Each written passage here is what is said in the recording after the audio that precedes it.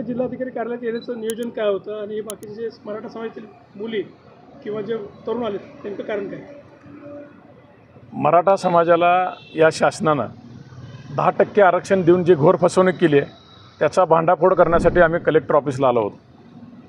10% आरक्षण दिलेलं म्हणजे रिझोल्युशन जे आहे, जे रिझोल्युशन 2024चे हवे होतं त्या दिलेल्या सर्टिफिकेटमध्ये 10%च्या हे त्यांनी 2018च दिले.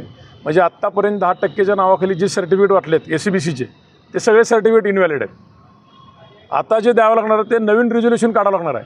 पण हे जे पाठीमागं उभारले सगळे तरुण आहेत ना, हे उद्याच्या 31 तारखेच्या पोलीस भरतीमधले तरुण आहेत, हे मुली आहेत. आणि यांच्यावर या शासनानं आज काल सांगून टाकले की हे रिझोल्युशन नसल्यामुळं तुमचे दाखले सगळे रद्द केलेत आणि सगळे दाखले द्यायचे बंद केलेत. आज MSCBच्या विद्यार्थ्यांनासुद्धा त्यांची मुदतवाढ वाढवून मिळली आहे. आम्ही सरकारकडे यासाठी आलतो कलेक्टर साहेबांकडं की आमचीसुद्धा मुदतवाढ द्या, आमचेसुद्धा दाखले नवीन रिझोल्युशन टाकून 2024चं रिझोल्युशन टाकून नवीन दाखले द्या.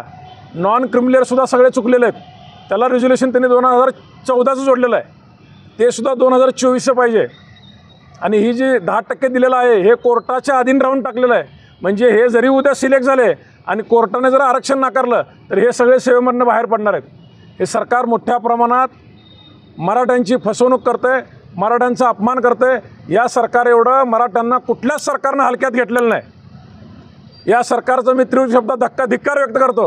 आणि लवकरात लवकर आम्हाला आता आचारसंहिता असल्यामुळे आंदोलनं करता येत नाहीत, पण दुर्दैव आहे आमचं, या आचारसंहितेमध्ये सुद्धा सरकारच्या विरोधात निवेदन द्यावं लागतात. लवकरात लवकर पोलीस भरतीची मुदतवाढ द्या, यांना लवकरात लवकर SCBCचे दाखले द्या नवीन रिझोल्युशन टाकून, आणि न्याय द्या. तुम्ही ज्या भूमिकेतून सरकारमध्ये आलेला आहात ना, तुम्ही दिलेलं आरक्षण एकतर आम्ही स्वीकारलंच नाही आहे, ते आम्हाला OBCमधूनच पाहिजे. पण दिलेलं आरक्षणसुद्धा कसं बोगस आहे हे परत परत तुम्ही दाखवून देत आहे. ते नीटमध्ये बसत नाही आहे, नीटचे विद्यार्थी बाहेर पेलेत, हे पोलीस भरतीचे MSCBचे विद्यार्थ्यावर त्याच पद्धतीनं अन्याय चालू आहे.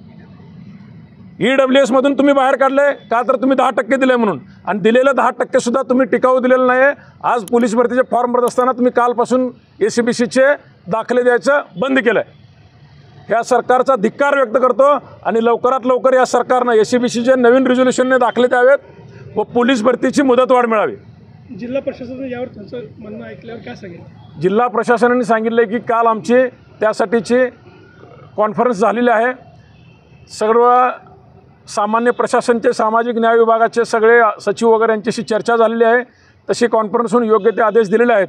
लवकरात लवकर त्यांनी आता असंच आश्वासन दिलेलं आहे की लवकरात लवकर त्याच्यावर सोल्युशन काढू म्हणून. पण आचारसंहितेमध्ये कोणतेही आंदोलन करता येत नाही. पण सरकारला विनंती आहे की लवकरात लवकर या विद्यार्थ्यांच्या भविष्याशी खेळू नका, न्याय द्या त्यांना.